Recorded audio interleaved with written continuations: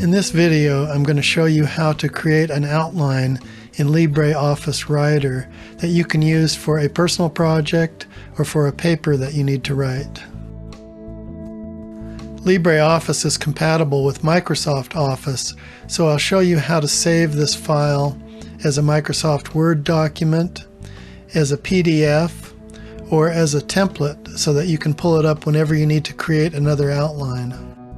This is the format that I like for an outline. It has a couple of headers and some bullet points where you can just put some general ideas that you're thinking about, that you're going to write about, or if you're doing some other kind of project, just things that you need to do, and then you can expand on them later.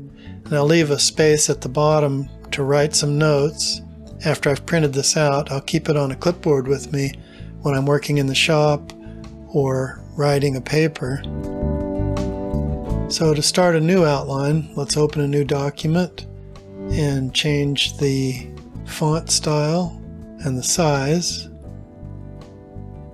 and then add a title, heading, and text.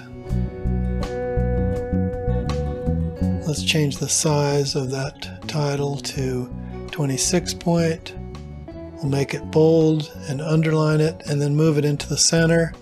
And while it's highlighted, change it to whatever you want this template to be called. Let's change this heading to bold and underline it, and we'll make it a little bit bigger, 18 points. And I'll make the text 16 points. That's a very good size for readability when you print out a paper. And then by using Control-C or Command-C, I'll copy it and paste it with Control-V or Command-V a couple of times on the page, and then change the text to whatever I want. If I leave a little bit of text below the notes section, then if I type more things in there, it'll already be formatted to that text style and size.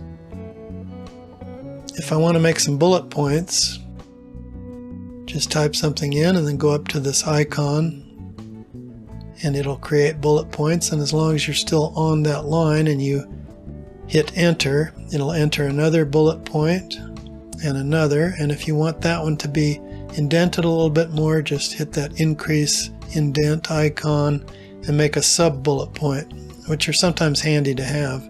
You can have a series of those. If you want to go back to the spot you started and hit that decrease indent icon.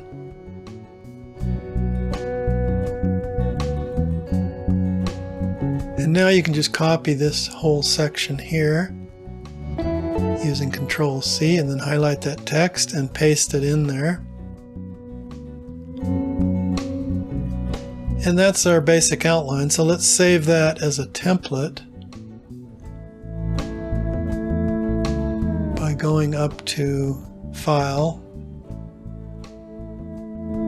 Templates, Save as Template, and put a name in there, something original like outline, and then we'll put that in My Templates and save. Now if I close out this document without saving it and I look in the templates pull down, I'll find Writer Templates, and there's one called Outline right there. Click that one, and there it is. I can use that anytime I want. I'll have my bullet points set up. If I want to change the template at any time, I can make some changes and then resave that as a different name in the templates. Let's make a class assignment template for a paper that you're going to write. And we probably don't need these bullet points, that'll be on our outline. So just delete them. And let's copy this header and text down a couple of times.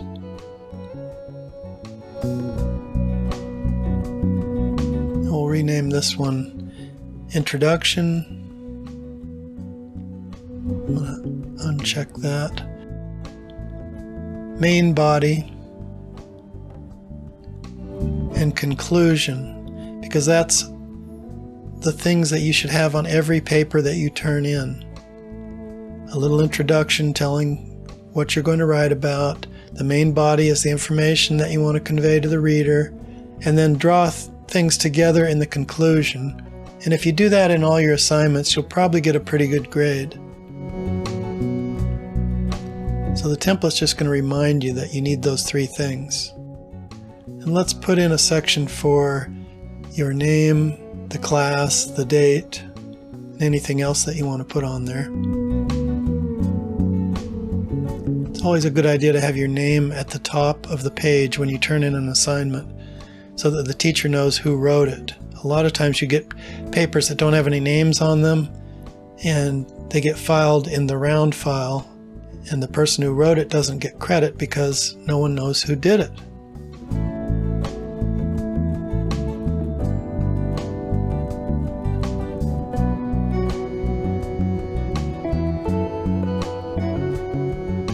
So I'm going to save this as class assignment, put it in my templates, and if I close out this document and I go back to the templates, there it is, class assignment, and it comes up. And now we just make some changes here. You could leave your name in there if you're the only one that's going to ever be using this template, but we'll change the information here.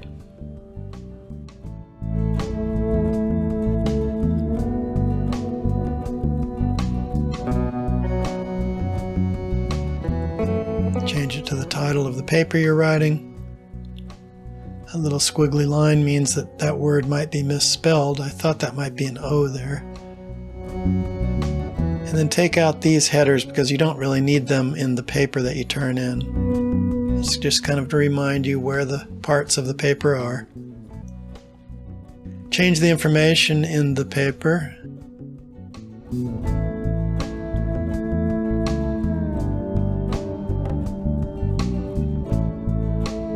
I changed that date and moved it over to the right side because I liked that look better, and I could resave that template with it over there.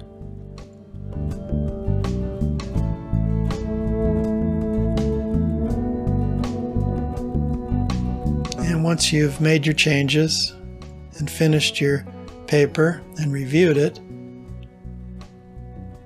then you can save as any kind of document you want. This is already saved as a .odt document, and I want to save it as a Word document, .docx, in case someone wants to open that up with Microsoft Office.